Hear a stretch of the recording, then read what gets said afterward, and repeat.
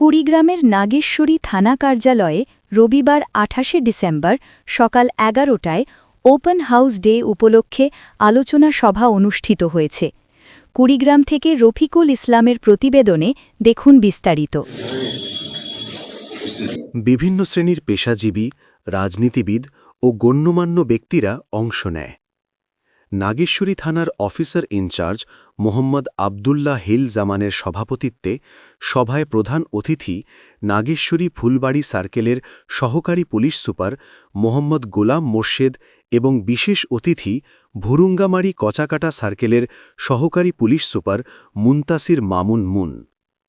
প্রধান অতিথি তার বক্তব্যে বলেন, পুলিশ জনগণের বন্ধু। মানবিক সমাজ গঠনে পুলিশের অবদান রাখতে চাই।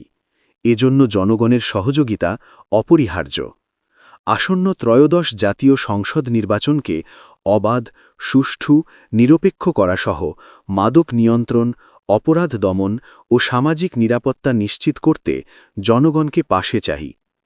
বক্তারা জাতীয় সংসদ নির্বাচনকে অবাধ, সুষ্ঠু, নিরপেক্ষ করাসহ মাদক নিয়ন্ত্রণে নিয়মিত মোবাইল কোর্ট পরিচালনা, ইভটিজিং বন্ধ, রাতের বেলায় মোটরসাইকেল চালিত ভবঘুরাদের আইনের আওতায় আনা, নাগেশ্বরী বাসস্ট্যান্ডে ট্রাফিক পুলিশ জোরদারের মাধ্যমে যানজট নিরসন, চাঁদাবাজি বন্ধ এবং মোবাইলে জুয়া খেলা প্রতিরোধে কার্যকর ব্যবস্থা গ্রহণের দাবি জানান। সভা সঞ্চালনা করেন থানার সাব ইন্সপেক্টর প্রভাত চন্দ্র।